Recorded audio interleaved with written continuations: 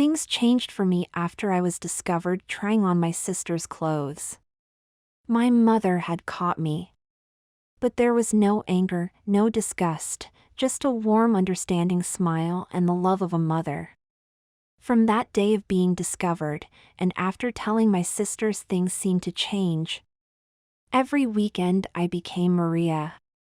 With a wardrobe of girls' clothes of my own which I either bought myself or had bought for me. One thing led to another, and now I'm here to tell you this tale. I shivered slightly as I stepped out of the shower, gently toweling myself dry and admiring my smooth hairless skin. Putting on my cream silk robe, I walked to my room. Once in my room, I gently closed the door. I took several deep breaths. From a drawer, I took out a very special item. It was something I had found online when I was researching things about boys like me. Boys who liked to dress as girls. It was a panty brief that when I wore it I would have the shape and look of a girl's bottom. It hid what needed to be hidden, and I could stand there naked and no one would be able to tell I wasn't female. I slid the soft black panties that I had selected earlier on. From the waist down I was female. I attached my breast forms, knowing that they would soon warm and feel like I had breasts of my own. I hid the seams with a special type of concealing makeup. Only my face would shatter the illusion. But that would soon change. How I shivered at the thrill of my dainty panties, the electric sensation of my nylon hold-up stockings against my skin. I drank in the scent of my walk-in wardrobe as its delightful feminine smell assaulted my nostrils. No longer did I fear being caught by anyone. I zipped myself into a black knee-length leather skirt and reached for a white roll-neck jumper. The jumper slipped over my head and over my faux breasts that were supported by a padded bra. How girlish I already looked. I smoothed down the skirt and searched for my knee-high boots with a 3-inch block heel. I found them and slipped them on, zipping them up. I sat down at my dressing table, put on my moisturizer and foundation and applied my eyeshadow and blusher. I was taking my time as I wanted to look my best. Knowing full well my mother would not let me out if I didn't meet her standards. I checked my eyebrows, making sure they had a nice feminine arch. My mind started to wonder, what if Terry could not be trusted? Perhaps she had told people, or, worse still, people would be with her. I was beginning to feel nervous. Butterflies zoomed round my stomach. I applied both lipstick and mascara. My eldest sister had bought me a pair of clip-on earrings which now sat on my ears. I slid on a necklace and a bracelet. My parents both belonged to a drama group. And through the group they had purchased a long mouse brown wig for me. I had other wigs, but I chose this one. I ensured my wig cap was on, pushing any stray hairs under it. I put on the wig and gently combed it out. I shuddered as I caught sight of myself in the mirror. Even now it amazed me how female I looked. I looked so pretty. I couldn't believe it.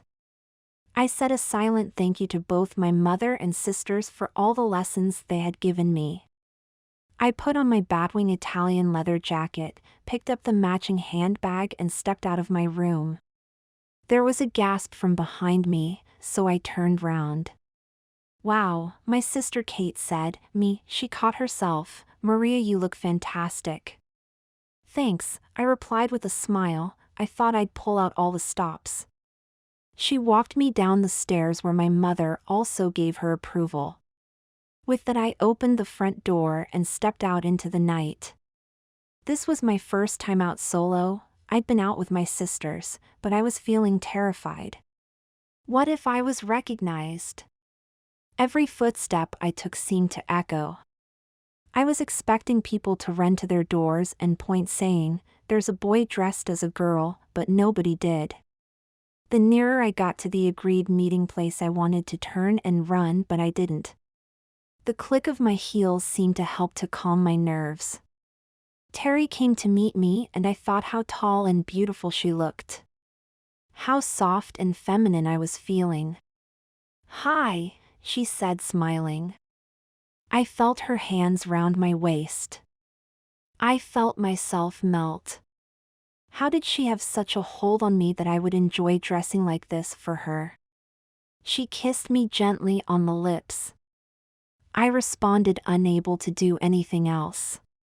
My head was feeling dizzy. I was getting confused. The gentle caress of a hand on my stocking-clad leg sent tingles through me.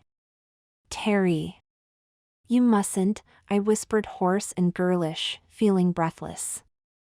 How in those moments I wished for real pert breasts and the sex of a woman.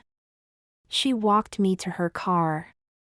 "Come away with me," she said. "I would love you to come away with me." Her statement came out of the blue. I was shaken. "For goodness sake, Terry, I'm a boy," I said. She smiled. "No, you're not, you only think you are." Had Terry guessed? Had she guessed my innermost thoughts? I sighed. "So I look like a girl, and goodness knows when you kissed me. I felt like a girl. But I've still got the body of a boy." "I can alter that," she said.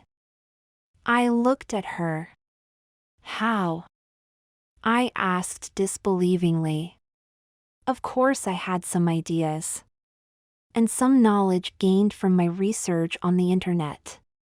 She took a small bag from the back of her car. "In this jar is a cream. Put it on each day and soon you'll have breasts as pert as your sister's. The cream in this one will stop your body hair from growing. These pills will make you feel like a woman." She paused, smiling, "and the CD will help you act like a woman." I felt like Terry knew that deep down I wanted to be a girl. And here she was helping me to achieve what I thought was impossible. I looked at her. "So, even if it all works, what about little Willie?" She looked at me. "That's just a little bit of nip and tuck and bang, you are a girl, just like your sisters.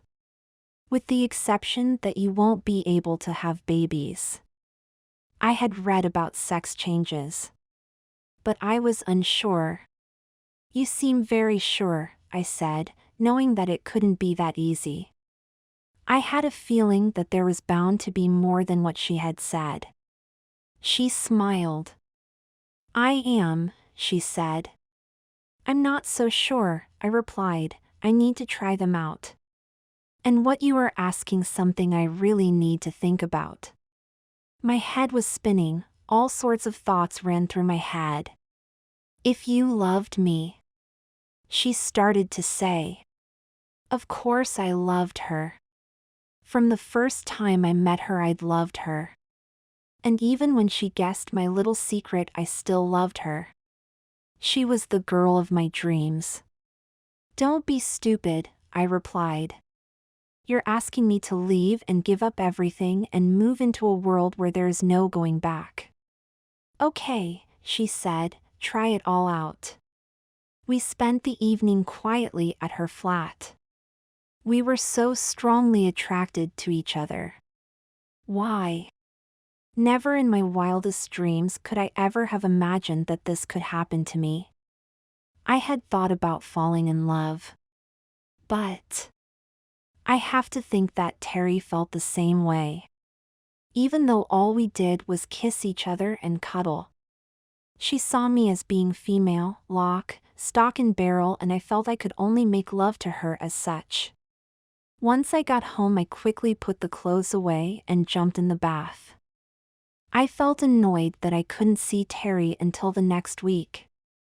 So each day I applied the creams and took the pills, not that I had much body hair anyway. And following the instructions I listened to the CD. At first nothing seemed to happen. Then I remember sitting in a college class looking at a boy at the front of the class and thinking how attractive he was. I found my chest had begun to swell into two very small mounds and my skin seemed to be becoming smooth and sensitive. Terry had told the truth. The CD also had an effect. I found my actions becoming more and more like a woman's. My voice was slowly changing. I was finding myself getting more and more frustrated. I needed to see her desperately. I felt that I had to be honest. I told my family. My father then became harsher with me. I wanted to get away. Then a problem arose. My parents enrolled us all on a course. I had to attend as Maria as my changes had become hard to hide. So I was sitting there thinking of Terry. Thinking that Terry was waiting and I was not there. My mother noticed my agitation and questioned me. I told her what I felt. But I felt like I'd lied. I wrote a letter explaining the problem and hoping Terry would understand. Each day I looked in the mirror, each day my breasts seemed a little larger or a little smaller, depending on how optimistic I felt. And I had to start skipping gym class at college after hearing a comment that if I started to get any bustier I'd need a bra. The course came to an end. At last I could see Terry again. I knew that I wouldn't need to hide anymore. My hands trembled as I undressed and stepped into my female clothes. I chose my prettiest lingerie. How surprised I was to find that I didn't need to wear my breast forms as my bra now supported my own breasts. I still had to wear my special panty. I selected my favorite dress, which had a tight bodice and a flared skirt. I did my makeup and put on the brown wig. I went down the stairs and into the family room. There was a sharp intake of breath as I entered. My mother looked at me. "Are you sure that this is what you want?" she asked. I looked at her, having difficulty in finding the right words. "Maria's who she was meant to be, Mum," said Kate. "She's the sister I always knew I had." My father looked at me. "You look beautiful. I was surprised when you first told us. But to look at you now." I put on the jacket I was holding. And I said my goodbyes. I looked back at what was once my home. I rushed out to our meeting place. What people thought no longer mattered. At first I thought she wasn't there. Then she emerged from the shadows. There were no words as she held me.